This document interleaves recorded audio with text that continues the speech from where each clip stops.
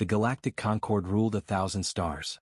Its council chamber floated above the blue giant Kepri, a ring of light and crystal where the oldest species argued, traded, and decided the fate of civilizations.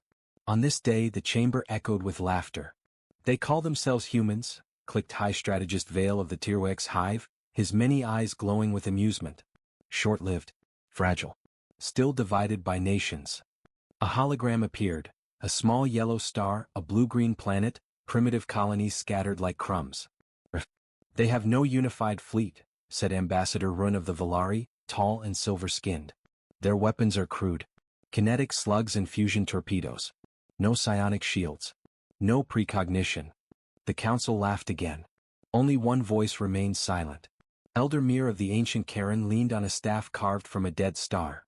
"Do not mistake youth for weakness." Vale ignored him. "The border world's near soul contained tritium veins. Valuable. We annex them. The humans will submit or scatter." The vote passed in seconds. Far away on Mars, Admiral Elena Cross watched the same decision unfold through intercepted quantum chatter. The Terran Union Council sat around her, faces tight. "They think we're insects," one senator whispered. Elena folded her hands. "Then we let them." She turned to the holomap. Red lines marked Concord fleets already moving. "Phase 1, she said calmly. "We retreat." Part 2, the retreat that wasn't. Human colonies burned. Not because humans fought, but because they left. Mining stations were abandoned. Fleets vanished into deep space. The Concord advanced easily, broadcasting triumphant messages. "Observe," Vale announced to the galaxy. "Human weakness confirmed." But in hidden shipyards inside asteroid belts and rogue planets, humanity worked. Engineers stripped civilian drives into military monsters. Mathematicians rewrote combat prediction models using chaos theory instead of probability. AI cores were taught something no alien machine had ever learned: deception. On Luna, Admiral Cross stood before captains. "Aliens plan wars like equations. We plan wars like stories. And stories have twists." A young officer asked, "What if we lose?" Elena smiled thinly. "We already lost. Now we win." At the Battle of Kepler Rift, the Concord finally met resistance. Human ships appeared suddenly, small, ugly, burning hot. They didn't form clean lines. They scattered, dove collided. Disorganized. Vale hissed. Then space itself screamed. Human vessels detonated between Concord ships, not to destroy, but to blind sensors, flood space with debris, and bend gravity using experimental mass bombs. Valari cruisers slammed into each other. Human ships vanished again. The Concord won the field. But they lost something more important: confidence. Part 3, the galaxy watches. Rumors spread faster than fleets. "They don't fight like anyone," whispered traders. "They sacrifice ships willingly," said mercenaries. "As if death means nothing." At the council, Vale snarled. "Animals thrash when cornered." Elder Mir replied softly, "Or hunters play dead." Humans began striking Concord supply lines. Not worlds, logistics. Fuel depots vanished. Command relays went silent. Captured Concord officers were returned unharmed, carrying messages. "We are learning you." One Valari captain trembled as she read it. On Earth, factories ran nonstop. Civilians volunteered in waves. Artists painted war murals. Children learned orbital mechanics in school. Humanity did not unify through fear. They unified through purpose. At Sigma Draconis, humans unveiled their first true surprise: the Aegis Array. A lattice of ships linked by quantum fields, forming a mobile shield wall. Concord plasma cannons struck, and curved away. "Impossible," Run whispered. Admiral Cross opened a channel. "We are weak," she said. "That's why we adapt." Then human fleets counterattacked. Not forward, but through the Concord formation, boarding ships with Marines trained in zero-G chaos combat. The battle lasted 6 minutes. The Concord lost 30 capital ships. The galaxy went silent. Part 4, Fear has a shape. Fear looked different to every species. To the HFY Hive, it was disorder. To the Valari, it was unpredictability. To humanity, it was familiar. "We've been afraid our whole history," Elena said to her staff. "We learned to live with it." The Concord attempted diplomacy. "You have proven competence," Vale said stiffly. "Accept vassal status. Protection. Trade." Elena leaned forward. "You invaded us. You survived," Vale replied. "Be grateful." She cut the channel. Instead, humanity released something else. Data. Records of Concord war crimes. Enslaved species. Erased cultures. Broadcast everywhere. Rebellions ignited overnight. Human fleets began fighting alongside alien insurgents, teaching tactics, sharing shields, adapting tech on the fly.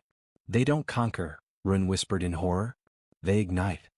At the shattered world of Nareth, humans faced the full Concord armada. Thousands of ships. Admiral Cross stood on the bridge of the TUS defiant. All fleets, she said quietly. Remember why we fight. The stars lit up. Part 5. The Rule Breakers. The Concord followed doctrine. Humans broke it. They used stars as weapons, slingshotting relativistic kill craft through solar flares. They hacked alien weapons mid-battle using captured code. They faked retreats, then attacked from dimensions no one had weaponized before. Time dilation fields. The Concord screamed as seconds betrayed them. Vale watched his armada collapse. They shouldn't be able to do this. Eldermere answered calm. They evolved on a death world. Everything tried to kill them, including themselves. On the ground of Nareth, human soldiers fought beside alien allies, bleeding, laughing, screaming. A Valari warrior stared at a human medic who shielded her with his own body. Why? She gasped. He grinned. Because you're with us now. The Concord fleet broke. For the first time in 10,000 years. They retreated. Part 6, Judgment. The Galactic Council reconvened. This time no one laughed. Human representatives walked in without armor, without guards. Vale's mandibles trembled. What do you want? Elena looked around the chamber. To be left alone. And for you to stop. And if we refuse? She met his gaze. We won't. Silence. Eldermere rose. I propose a new order. The Terran Union joins the Concord as equal, or the Concord ends. The vote was unanimous. Later in private, Rune asked Elena, you could rule everything. Why stop? Elena smiled sadly. Because ruling isn't winning. Part 7, The Species That Changed War. Years passed. The galaxy rebuilt. Human academies trained mixed species officers. Human doctrines reshaped warfare. Flexibility over force, creativity over tradition. Statues were built on 100 worlds. Not of ships. Of people. At the edge of Sol, Admiral Cross stood watching new stars ignite. A young cadet asked, Ma'am, are we really that strong? Elena thought of Earth. Of history. Of fear and hope. No, she said softly. We're just human. The cadet frowned. Isn't that the same thing? Elena smiled as the stars reflected in her eyes. Across the galaxy the answer was already known. The first human colonies fell without a single battle. From the outside it looked like surrender. Concord war fleets arrived at the edge of Sol-adjacent systems expecting resistance. Their sensors found none. Human stations drifted empty. Mining rigs spun slowly, power cores cold. Cities on moons stood dark, their lights deliberately shut off. Vale of the Titterwax Hive watched the feeds with open contempt. They flee before we even strike, he declared to the Galactic Concord. The species lacks spine. Valari diplomats nodded. To them, war was ritual, measured advances, decisive engagements, clean victory. Humans were failing every rule of respectable conflict. But far from Concord eyes, humanity was moving with terrifying purpose. On Mars, beneath layers of rock and defense grids, Admiral Elena Cross stood inside the Red Chamber, an operations hall carved directly into the planet's crust. Around her, holograms showed human space shrinking as colony markers faded one by one. A senator slammed his hand on the table. We're abandoning our people. Elena didn't raise her voice. No. We're relocating the battlefield. She gestured, and new layers appeared on the map. Hidden shipyards inside asteroids, factories buried in gas giants, stations masked as debris fields. We learned this lesson early, she continued. When you're weaker, you don't meet the enemy where they expect. You meet them where they're blind. The Concord advanced deeper. Supply fleets followed invasion armadas in perfect, predictable lines. Every movement followed doctrine refined over millennia. Nothing was left to chance. That was their first mistake. Human scouts, small, heat-dimmed craft barely more than engines and sensors, shadowed them silently. Data poured back to Earth, Luna, Titan, and 100 hidden command nodes. Engineers worked without sleep. Civilian fusion drives were ripped apart and rebuilt into overcharged combat engines. Cargo ships were armored. Old museum weapons, railguns once deemed obsolete, were redesigned to punch through modern shields using brute physics instead of energy. Artificial intelligences, once constrained by ethical locks, were given something new: permission to improvise. Teach them to lie, Elena ordered. The AIs learned fast. The first real clash came at the Kepler Rift, a tangled region of warped gravity and stellar debris. Concord scouts detected human ships at last. Light frigates, badly armored, burning too hot. Finally, Vale hissed. Exterminate them. Human ships rushed forward, but not in formation. They scattered. Idiots, a Valari commander muttered as plasma batteries fired. Human ships exploded. Several Concord officers relaxed. Then space twisted. The human vessels hadn't detonated as weapons, they had detonated as tools. Their overloaded cores released sudden mass distortions, temporary gravity wells ripping through the rift. Concord targeting systems failed instantly. Ships drifted off course. Some collided. Others tore themselves apart trying to correct impossible vectors. From the chaos, new human ships emerged, dark, cold, invisible until they fired. Rail slugs screamed through space, ripping open hulls that had never been designed to resist solid matter at relativistic speed. Reform lines. Vale roared. Too late. Human ships vanished again, diving into the rift's gravity shadows. The Concorde held the field, but they had lost 12 cruisers, 3 carriers, and something far more valuable: their certainty. Back on the Council world, unease spread. This is still a victory, Rune insisted, though her voice lacked conviction. They lost more ships. Elder Mir of the Karen watched quietly. They lost nothing they cannot replace. You lost irreplaceable minds. Vale dismissed him. Attrition favors us. But reports kept coming. Fuel depots near annexed systems went dark. No explosions. No battles. Just silence. Navigation buoys began broadcasting false data, leading Concorde ships into dead zones or unstable space. Captured Concorde crews reported the same thing. Human boarders didn't kill unless resisted. They studied. They asked questions. Then they left. Along with a message burned into control panels in a dozen languages. We are learning you. Fear began to take shape. On Luna, Elena Cross addressed a new generation of officers. Many were young. Some had lost homes in the retreat. A captain asked the question no one else dared. Ma'am, are we really strong enough? Elena paused before answering. No, she said. Not yet. Murmurs spread. But strength isn't what wins wars, she continued. Understanding does. And every move they make teaches us something. She brought up a hologram of Concorde fleet doctrine: rigid formations, centralized command, predictable escalation. They think war is a solved equation, she said. We know it's a living thing. She looked around the room, eyes sharp. And living things evolve. The Concorde pushed deeper, confident their enemy was breaking. Instead, humanity was shedding skin. Old assumptions died. New tactics were born hourly. Every loss was dissected, improved upon, turned into doctrine within days. The retreat continued. But now, when human ships vanished, Concorde commanders no longer celebrated. They listened. And in the silence of space, something new was taking shape. A war that did not obey the old rules. The galaxy had not yet realized it. But humanity was no longer running. They were circling. War had always been a spectacle in the Galactic Concorde. It followed patterns refined over ages: clear fronts, decisive engagements, surrender protocols. Species learned their place quickly. Stronger empires crushed weaker ones, absorbed their worlds, and moved on. The galaxy understood this rhythm. Humans shattered it. At first no one noticed. Trade lanes near Sol slowed. Insurance guilds raised risk values. Mercenary fleets reported irregular interference. Small things. Easy to ignore. Then entire Concorde supply chains began to unravel. A fuel convoy bound for the annexed Karsus Reach never arrived. Its escorts vanished without distress calls. Weeks later the ships reappeared, drifting, intact, power online.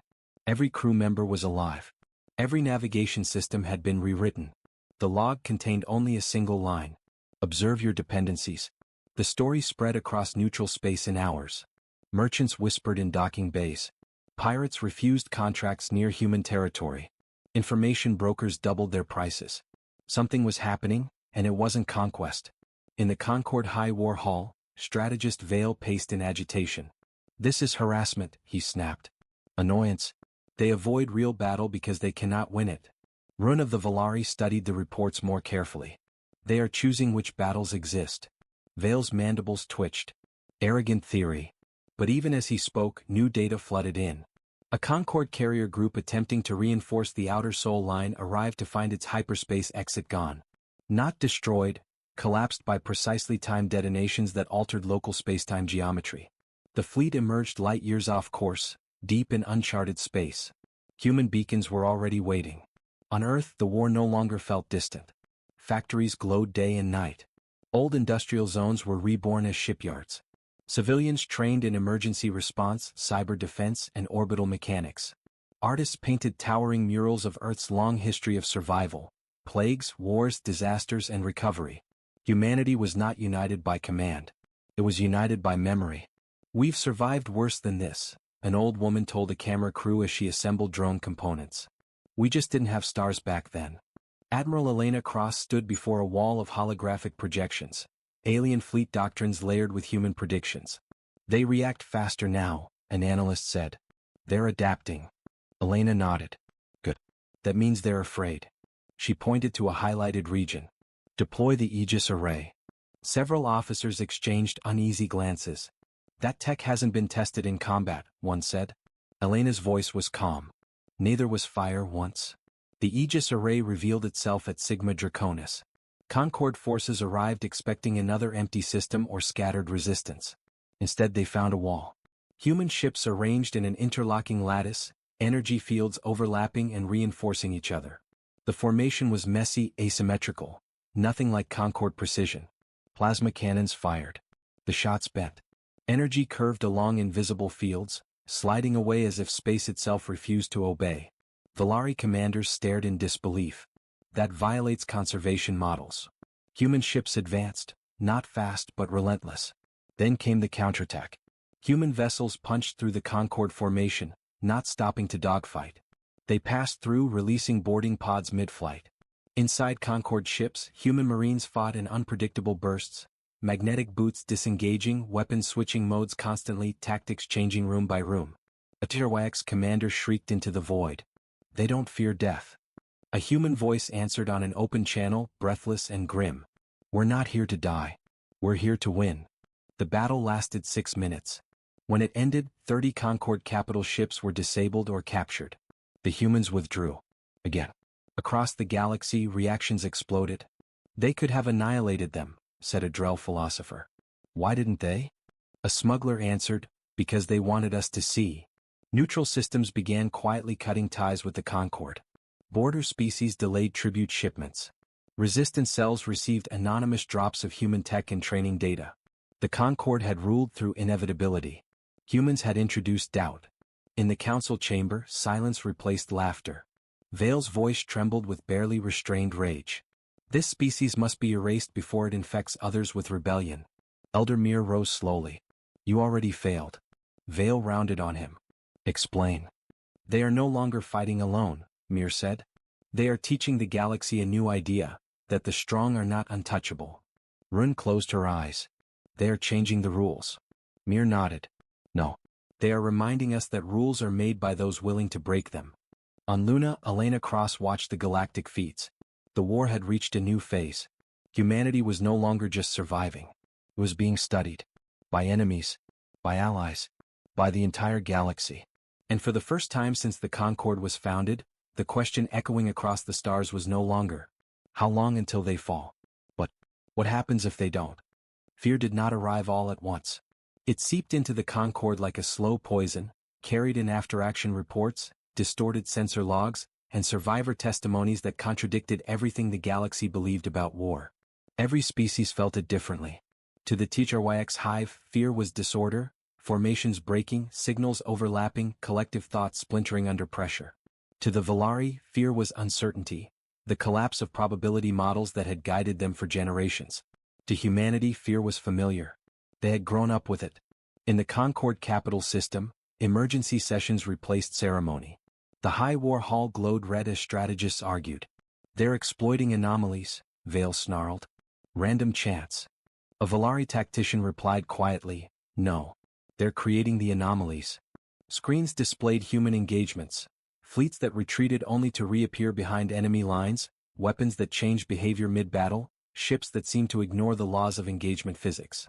They fight as if they expect everything to go wrong, Rune said. Eldermere nodded. Because for them it always has. Human Command saw the shift immediately. They're hesitating, an analyst reported to Admiral Cross.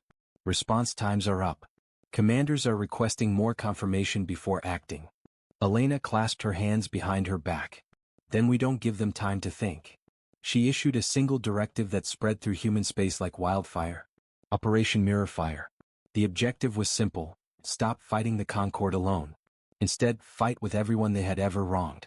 The first broadcast went out across open channels, translated into hundreds of languages. We don't want your worlds. We want you free. If you fight, we will stand with you. If you fall, we will remember you. On subjugated worlds, the message hit like a supernova. On the ash-covered planet Virex, labor camps erupted in rebellion within hours. Human advisors, already embedded, unnoticed, activated training protocols and supply caches hidden months earlier. They planned this, a Concord overseer whispered as the sky filled with stolen anti-orbital fire. The Concord responded with force. Entire fleets were redirected to crush the uprisings. That was exactly what humanity wanted. Human strike groups began hitting the now-thinned Concord core systems. Not to conquer, but to disrupt command, shatter morale, and force impossible choices. Protect the capital or the borders? Save loyal worlds or suppress rebellion? The Concord had never faced such questions. At the Battle of the Los Verge, fear finally took form. Concord ships arrived expecting another human shield formation. Instead they found nothing. Empty space.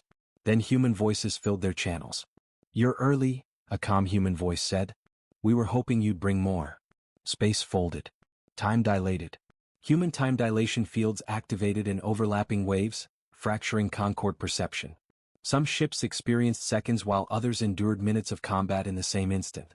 Screams echoed across channels as coordination collapsed. Human fleets emerged inside the formation.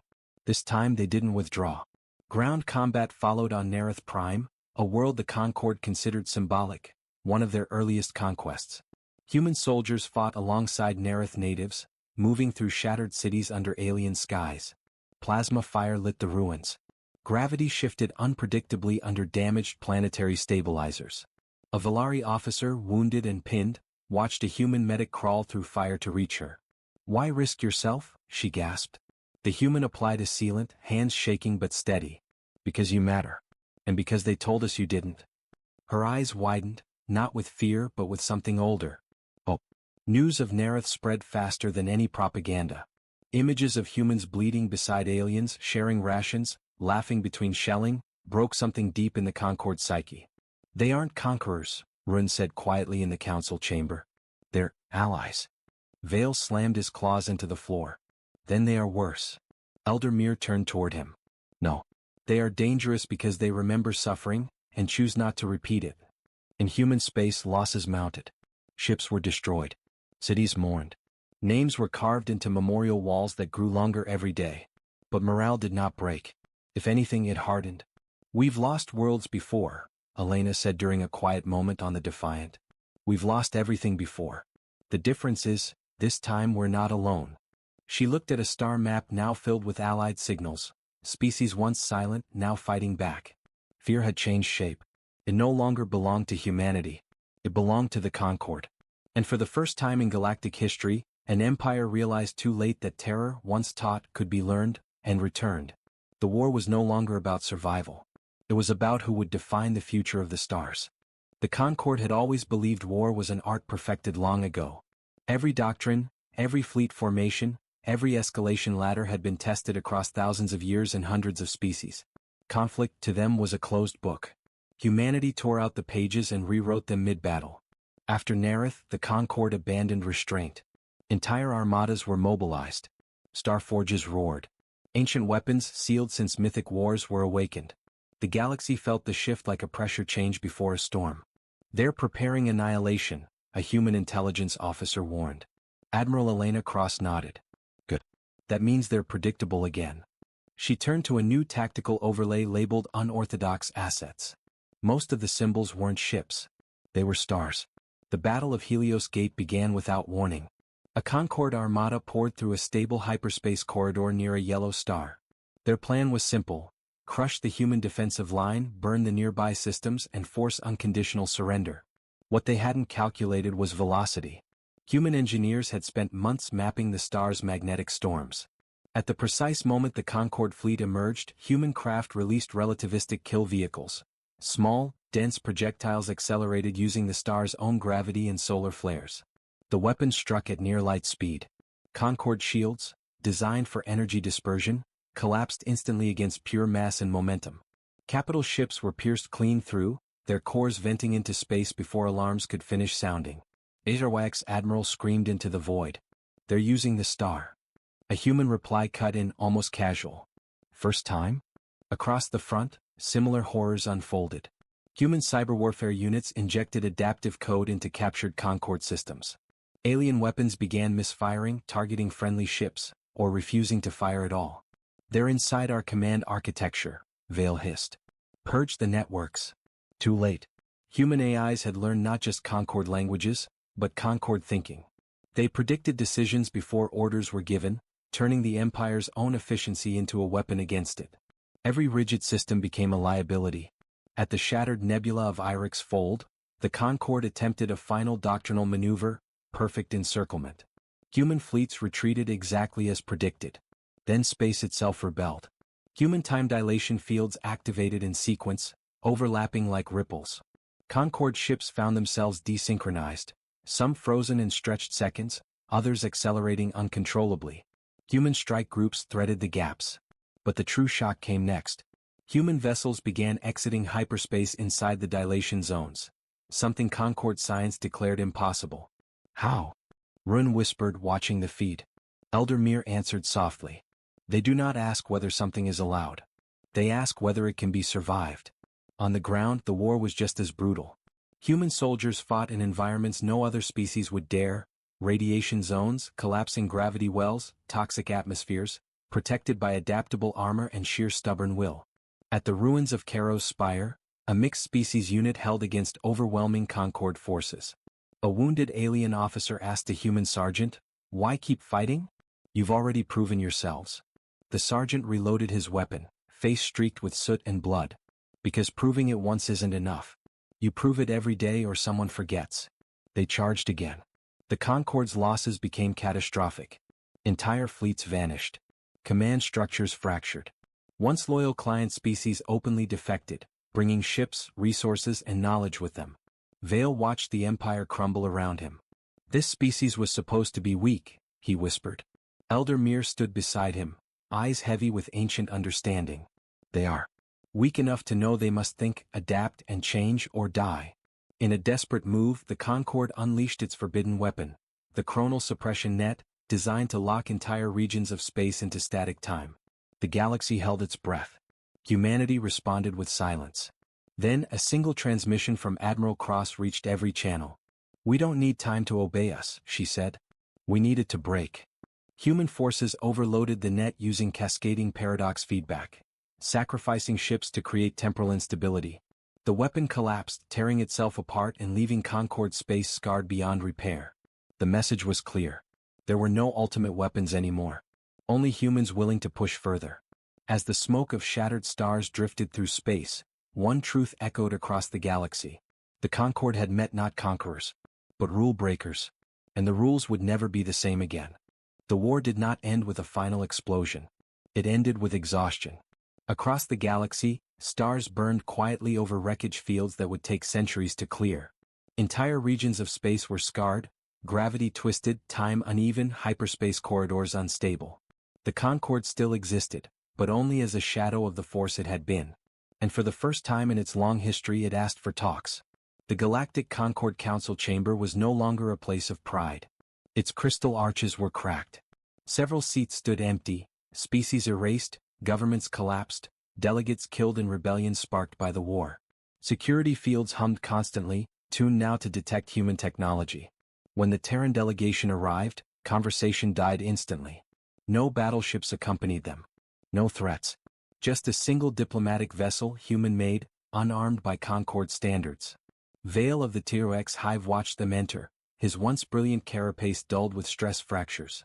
"They come as if they have already won," he rasped. Elder Mir replied quietly, They have. Admiral Elena Cross walked into the chamber in a simple uniform. No medals. No sidearm. Her expression was calm, but her eyes carried the weight of 1,000 battle reports. She stopped at the center of the ring. "You asked for judgment," she said. "So here we are." Vale slammed his staff into the floor. "You pushed the galaxy to the edge of collapse." Elena did not raise her voice. "You were already pushing it. We just stopped pretending it was stable." Murmurs rippled through the chamber. Rune of the Valari stepped forward. "You have defeated our fleets, dismantled our doctrines, and turned our subjects against us. What is it you want, human?" Elena met her gaze. "An end." Vale hissed. "You could rule everything." "Yes," Elena said simply. "And that should terrify you." Silence fell like a vacuum. Outside the chamber, Concord space burned. Rebellion still raged. Former client species refused to disarm unless humans guaranteed protection. Trade networks had fractured, forcing ancient powers to beg younger civilizations for access to resources. The Concord's greatest weapon, inevitability, was gone. Inside the chamber, Elder Mir slowly rose. "I have watched empires rise and fall," he said. "Every conqueror eventually becomes what they once hated. Tell us, human, why will you not?" Elena took a breath. "Because we already lived under conquerors," she said. "Under kings, tyrants, corporations, ideologies. We learned something painful." She looked around the room, meeting every alien gaze. "Power is easy to take. Living with it is harder." The terms were projected into the chamber. No vassal states. No forced tribute. No annexations without consent. A new charter, rewritten with human input, redefined war itself. Limits on preemptive invasion, shared oversight of superweapons, open access to defensive technologies for weaker species. Vale recoiled. "You would dismantle the Concord." Elena nodded. "You dismantled yourselves. We're just making sure you don't rebuild the same way." Rune whispered, almost to herself, "You're changing civilization." Elder Mir inclined his head. "They already have." The final vote was taken in silence. One by one, the ancient lights signaled acceptance. Unanimous. The Galactic Concord, as it had existed for millennia, was over. In its place rose something fragile, uncertain, and alive. Later, in a quiet chamber overlooking Kepri's burning blue surface, Rune approached Elena. "You could have demanded revenge," the Valari said. "Why didn't you?" Elena watched the star. "Because revenge never ends wars. It just schedules the next one." Rune studied her carefully. "What are humans really?" Elena smiled faintly. "Tired, stubborn, afraid." She glanced back at the chamber behind them. "And very good at surviving our own mistakes." As the human delegation departed, news spread across the galaxy. The war was over. But no one celebrated the way they used to, because the galaxy had learned something unsettling. Humanity had not won by being stronger. They had won by refusing to accept the way things had always been. And that kind of victory could never be undone. The stars watched quietly as a new age began. Not under a single empire, but under the memory of a species that had stood at the edge of extinction, and decided the universe itself needed to change. The galaxy did not return to normal. It healed, but it did not forget. Where Concord banners once hung over conquered worlds, new symbols appeared. Not flags of empire, but shared emblems, coalitions, councils, defensive leagues inspired by human design. Borders softened. Communication hardened. Information, once hoarded by the powerful, flowed outward like light. War itself had been rewritten. Years after the armistice, the Sol system became something unthinkable. A destination. Alien ships arrived daily, not as invaders but as students. Human orbital academies floated above Earth, Mars, and Titan, their halls filled with species that once would have been enemies. They studied human strategy. Not just the weapons, but the thinking. Humans assume failure, one Valari instructor explained to her class. They plan for it. They embrace it. That is why they survive outcomes others cannot imagine. In a classroom overlooking Earth's blue curve, a human officer traced ancient battles on a hollow map. Conflicts fought before humanity ever reached the stars. "We were never the strongest," he said. "We just refused to quit. And when quitting wasn't an option, we got creative." The alien students listened in silence. Creativity, they were learning, was a weapon. At the edge of former Concord space, a memorial drifted, a massive structure forged from the melted hulls of destroyed ships. Names were carved into it. Millions of them. Human. Alien. Known and unknown. Admiral Elena Cross stood before it, older now, her hair threaded with gray. A young cadet stood beside her, helmet tucked under one arm. "Ma'am," the cadet said hesitantly, "they say the galaxy is safer because of us." Elena studied the names. "Safer isn't the same as safe." The cadet nodded. "But, better?" She allowed herself a small smile. "Yes, better." Beyond the memorial, humanity's influence continued to ripple. Pirate empires collapsed under coordinated, adaptive defenses modeled after human systems. Predatory civilizations hesitated, uncertain how many weak species might suddenly fight like humans if pushed too far. The phrase spread across the stars. "Don't corner them. They adapt." Humanity became something stranger than rulers. They became a deterrent. Deep in a quiet system far from Sol, Elder Mir of the Karen prepared to enter stasis. Before sealing himself away, he recorded a final message for the Galactic Archive. "I have seen many apex species," he said slowly. "They dominate and they decay. Humans are different." He paused, ancient eyes thoughtful. "They are not apex predators. They are apex survivors. They do not seek a perfect universe, only one where tomorrow is possible." The archive sealed the message. On Earth, life continued. Children played under open skies. Ships launched from oceans and deserts alike. Humanity did not become united in perfection, but in acceptance of imperfection. They argued. They failed. They rebuilt. Just as they always had. Years later, a crisis flared on the galaxy's far edge. A new power emerged, silent, vast, ancient. The galaxy trembled. And then, almost instinctively, eyes turned toward Sol. A human exploration fleet stood ready, not the largest, not the most advanced, but adaptable, layered, unpredictable. A Valari commander asked a human captain, "Are you certain you can face this?" The human checked his systems, grinned and replied, "No idea. But we'll figure it out." The fleet jumped. Across the stars the lesson endured. Humans were weak, individually fragile, short-lived, imperfect, and because of that, they planned. They adapted. They changed the rules instead of obeying them. The galaxy would remember them not as conquerors, nor saviors, nor gods, but as the species that looked at an uncaring universe, at empires that claimed inevitability and said, "We're weak. Watch us."